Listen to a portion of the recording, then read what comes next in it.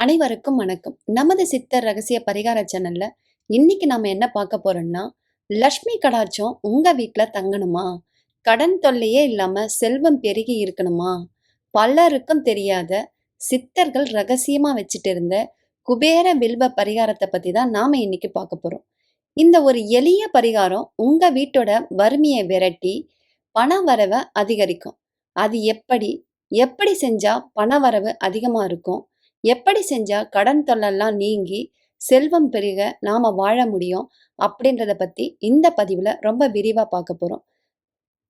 வீடியோவை ஸ்கிப் பண்ணாம முழுசா பாருங்க. நம்ம சேனலை சப்ஸ்கிரைப் பண்ணாதவங்க சப்ஸ்கிரைப் பண்ணிட்டு பாருங்க. இந்த பரிகாரத்துக்கு ரொம்ப ரொம்ப முக்கியமானது வில்வேலைங்க.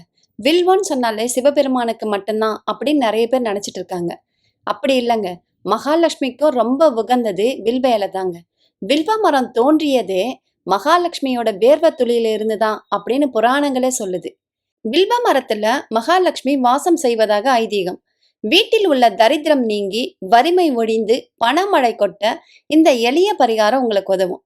இந்த பரிகாரத்தை வெள்ளிக்கிழமை அன்னைக்கு காலையில 6 மணிலேருந்து 7 மணிக்குள்ள இல்லைன்னா ஈவினிங் 6 மணிலேருந்து 7 மணிக்குள்ள செய்யறது ரொம்ப ரொம்ப சிறப்புங்க. வெள்ளிக்கிழமை காலையில 6 மணிக்கு குளிச்சு முடிச்சிட்டு பூஜை அறையில மகாலட்சுமி இல்லைன்னா குபேரர் படத்து முன்னாடி உட்காருங்க. 11 முழுமையான எந்த கிடிசலும் இல்லாத வில்வேலையை எடுத்துக்கோங்க. ஒவ்வொரு வில்வேலை நடுவுலையும் சந்தனம் வச்சு குங்குமம் போட்டு வைங்க.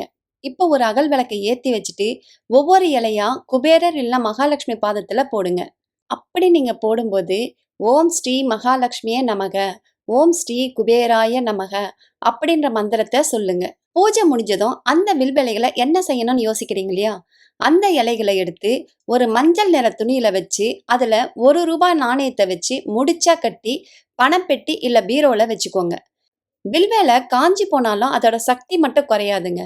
ஒவ்வொரு வாரமும் நீங்க கேஷ் பாக்ஸ்லயோ பீரோலயோ வச்சிருக்கிற காஞ்ச வில்வ இலையை எடுத்து அதை ஒரு பவுடர் மாதிரி அரைச்சு அதை உங்க வீடு துடைக்கிற தண்ணியில கலந்து வீடு ஃபுல்லா துடைச்சிடுங்க. இந்த பரிகாரத்தை தொடர்ந்து 11 வாரம் வெள்ளிக்கிழமை செஞ்சுட்டு வாங்க. உங்க வருமானத்துல இருந்த தடைகள்லாம் நீங்கிறத நீங்களே கண்கூடா பாப்பீங்க. நம்பிக்கையோட செய்யக்கூடிய எந்த காரியமும் வீண் போகாதுங்க. இந்த குபேர வில்வ பரிகாரத்தை நீங்களும் செஞ்சு பயன்பெறுங்க. இந்த தகவல் உங்களுக்கு பயனுள்ளதா இருந்தா லைக் பண்ணி ஷேர் பண்ணுங்க. இந்த மாதிரி ஆன்மீக ரகசியங்களை தெரிஞ்சுக்க நம்ம சேனலை மறக்காம சப்ஸ்கிரைப் பண்ணுங்க.